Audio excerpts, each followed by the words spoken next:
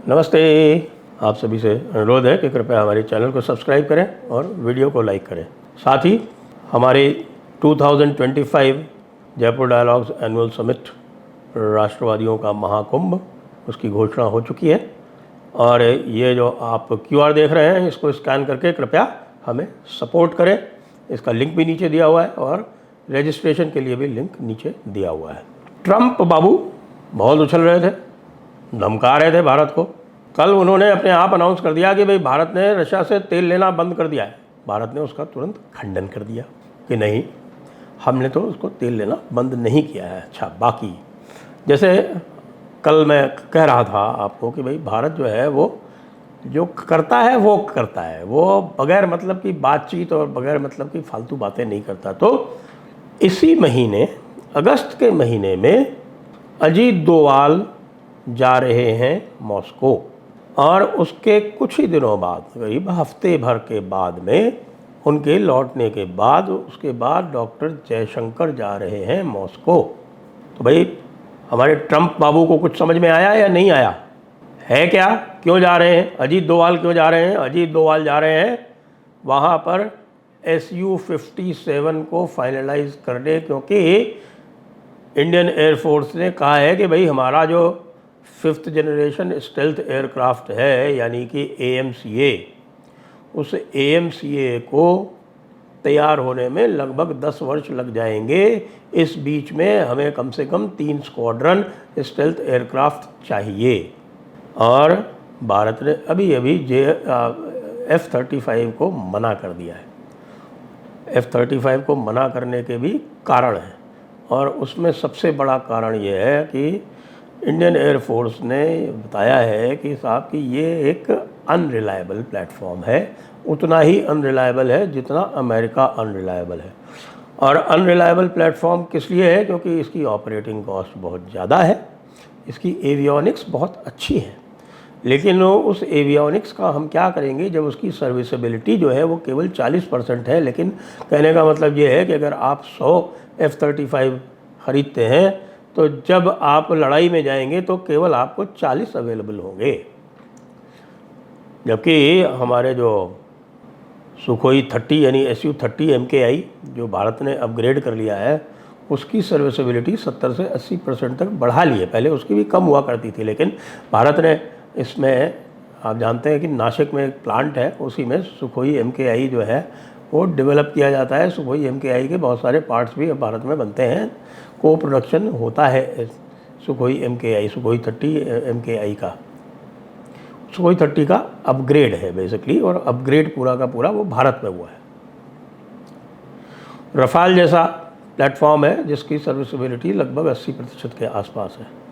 तो भाई ये 40% सर्विसेबिलिटी का मतलब हुआ कि आप जो भी प्लेटफॉर्म ले रहे हैं उसकी कॉस्ट, नॉमिनल कॉस्ट जो है वो भले ही $110 मिलियन हो, मैं जो उसमें जो है वो बाकी जो मिसाइल्स वगैरह और सब जो उसका जो वेपन स्वीट है उसकी बात नहीं कर रहा, लेकिन चूँकि वो 40% अवेलेबिलिटी है रफ़ाल के 80% के मुकाबले या सुखोई MKI के 80% मुकाबले, तो आपको तो वो 200 मिलियन का पड़ा। फिर उसकी ऑपरेटिंग कॉस्ट भी बहुत ज़्यादा है और उसके बाद भारत ने उसकी स्टेल्थ भी पकड़ ली। तो भारत ने अगर उसकी स्टेल्थ पकड़ ली तो भाई ये तो बड़ा डाउटफुल केस हो गया। तो इसलिए F-35 जो है, ट्रंप बाबू आप ऐसा करो, पाकिस्तान को भेज दो, क्योंकि पाकिस्तान के पास बहुत तेल है और उस तेल का भुगतान, तेल आप ले लेना और उसका भुगतान जो है पाकिस्तान को F-35 के रूप में कर देना।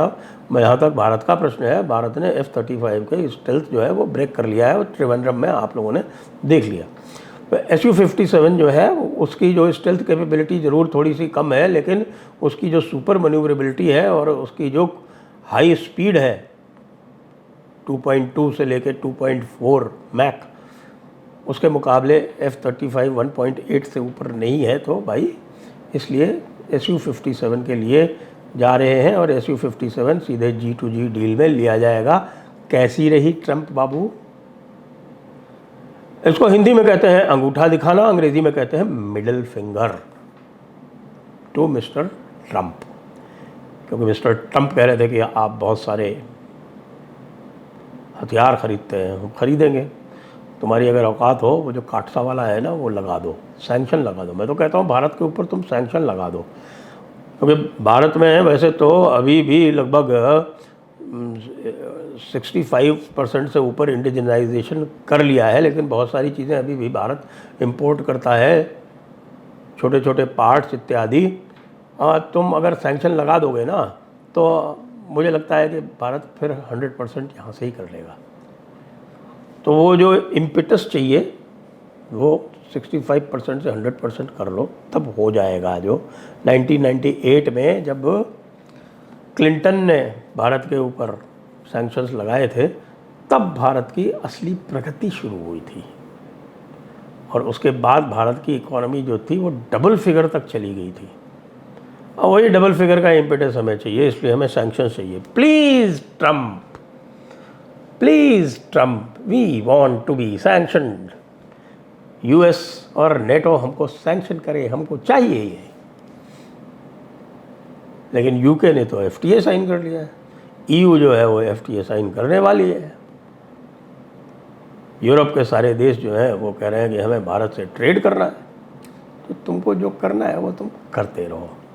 दूसरा, S-400 की 2 एडिशनल बैटरी तुमको चाहिए। जब S-400 ने अपनी बैटल कैपेबिलिटी इस बार दिखा दी, तो अब डॉक्टर जयशंकर जा रहे हैं, और डॉक्टर जयशंकर का अभी एक स्टेटमेंट चारों तरफ वायरल हो रहा है, और डॉक्टर जयशंकर ये कह रहे हैं कि भाई United states and India have had strategic partnerships, but that does not mean that the US can control India's foreign policy, or the US can run India's economy. Sorry, अगर ट्रंप बाबू को ये मुगालता है कि वो भारत की फॉरेन पॉलिसी और भारत की economy उसी तरह से चला लेंगे जैसे कि वो EU और नेटो की देशों की चलाते हैं, तो भाई वो नहीं होगा, क्योंकि EU और नेटो के देश तो उनके एक प्रकार से ग़ुलामी में जीते हैं नेटो की वजह से। अब ये जो नेटो वाला जो कुचक्र है, जो चलाया इन्होंने यूरोप के ऊपर, वो यूरोप इसमें फंसा हुआ है। अच्छा, यूरोप में भी चूँकि वोकिज़म इतना ज़्यादा आ गया है, वो अपना कुछ अब बना नहीं रहे हैं। पहले तो सारा इनोवेशन, जो पूरी दुनिया का सारा इनोवेशन है, वो तो यूरोप से ही होता था ना, लेकिन यूरोप ने वो जो अपनी लीड थी, वो जो अपनी एज थी, वो सरेंडर कर दी। तो उसके लिए भारत क्या करे?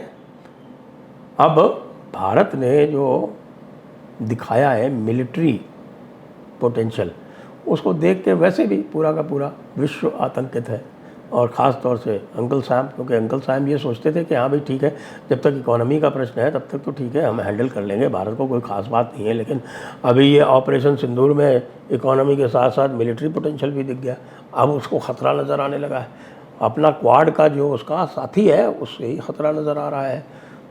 भारत और भी बात करने गया है, बात होने वाली है अब।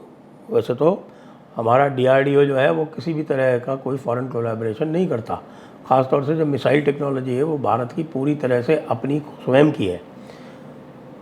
लेकिन कई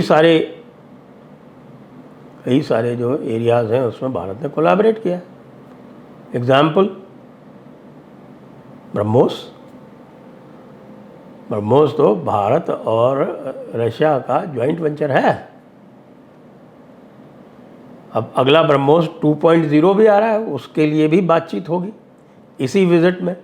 तो ब्रह्मोस 2.0 उधर DRDO ने भी अपना extra territorial extra trajectory LD long durance hypersonic cruise missile वो डेवलप कर लिया। लेकिन जो ब्रह्मोस का जो है आपका CEP सर्कुलर एरर प्रोबेबिलिटी, वो 3 मीटर है। तो वो 3 मीटर की सर्कुलर एरर प्रोबेबिलिटी वाला जो प्रिसीशन है वो ब्रह्मोस 2.0 में भी भारत चाहता है, इसलिए वहाँ पर ये चला गया है। और भी खबर आई है कि अभी जो भारत का पिनाका है, multi barrel rocket launch system, वो मल्टी बैरल रॉकेट जो है उसकी जो CEP है वो 2 मीटर ही आई है। जबकि रिक्वायरमेंट 40 मीटर की थी। तो आप देख सकते हैं कि भारत जो है वो प्रिसीजन वेपन्स में कहाँ पहुंच रहा है। अब भारत जो है वो अभी जा रहे हैं, वो ओरेशनिक मिसाइल की बात करेंगे। ओरेशनिक जो है एक IRBM है, इंटरमीडिएट रेंज बैलिस्टिक मिसाइल। जब मियाँ ट्रंप ही कहेंगे कि आजकल जो है वो पूरी तरह से इस्लामियों के और वोक्स के और डीप स्टेट के हाथों में ही खेल रहे हैं, तो मियाँ ट्रंप ही हो गए। तो मियाँ ट्रंप जो है उन्होंने धमकी दी कि मैं न्यूक्लियर सबमरीन डिप्लॉय करूँगा। पुतिन ने आज स्वयं कह दिया कि भाई ऐसा है, आप करो न्यूक्लियर सबमरीन डिप्लॉय, मैं ओरेशनिक डिप्लॉय करूँगा। ओरेशनिक जो है वो एक बैलिस्टिक मिसाइल है। बैलिस्टिक मिसाइल क्या कहें कि ये एक कोसाई बैलिस्टिक मिसाइल है जिसमें 6 वॉरहेड होते हैं, और ये 6 वॉरहेड मिल के, और इसकी इतनी पावर है कि ये कीव पे अगर गिरे तो ये कीव जो है राजधानी यहाँ की यूक्रेन की, तो पूरे कीव को नष्ट कर सकती है। तो भारत भी डिस्कस करने गया है, यानी कि हमारे डोवाल साहब यहाँ डिस्कस करेंगे कि भाई ये जो ओरेशनिक की जो डिज़ाइन है उसको भारत कैसे इनकॉर्पोरेट कर सकता है, क्या इसमें कोई किसी प्रकार का कोई समझौता हो सकता है, कोई पैक्ट हो सकता है, क्योंकि बाकी सारी टेक्नोलॉजी तो भारत के पास है, जो उसकी बेसिक डिज़ाइन है उसको समझना है। उसके लिए कोलैबोरेशन किया जा सकता है और भारत में लार्ज स्केल प्रोडक्शन भी किया जा सकता है। तो भाई मिस्टर ट्रंप, अब आपको समझ में आ गया कि आप रशिया को भारत से दूर करना चाहते हैं और भारत आपको क्या सिग्नल दे रहा है, अच्छी तरह से समझ लीजिए। जय हिंद, जय भारत, वंदे मातरम।